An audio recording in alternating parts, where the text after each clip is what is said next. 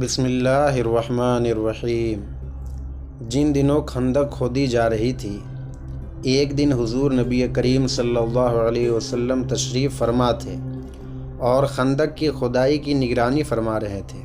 آپ نے دیکھا کہ ایک صحابی حضرت بشیر بن سعد کی بیٹی آپ کے قریب سے گزر رہی تھی اور اس کے ہاتھوں میں کوئی چیز تھی۔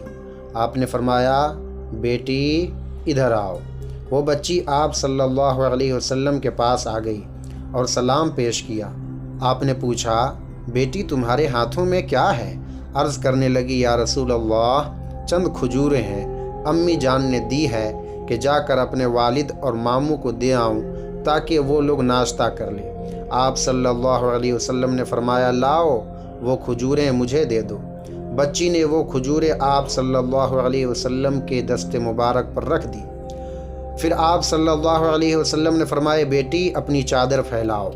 بچی نے چادر کو پھیلایا اور آپ صلی اللہ علیہ وسلم نے وہ کھجوریں اس چادر میں ڈال دی اور کھجوروں کے اوپر کپڑا ڈال دیا اور ایک صحابی سے فرمایا، جاؤ خندق کھودنے والے تمام صحابہ کو بلا لاؤ۔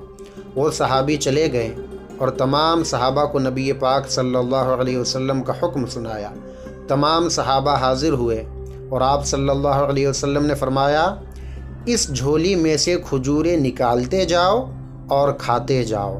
تمام صحابہ نے کھجوریں کھانا شروع کر دی اور پیٹ بھر خوب کھائیں اور واپس جا کر خندق کھودنے لگے، مگر کھجور ویسی کی ویسی موجود رہی، اس میں کوئی کمی نہ ہوئی۔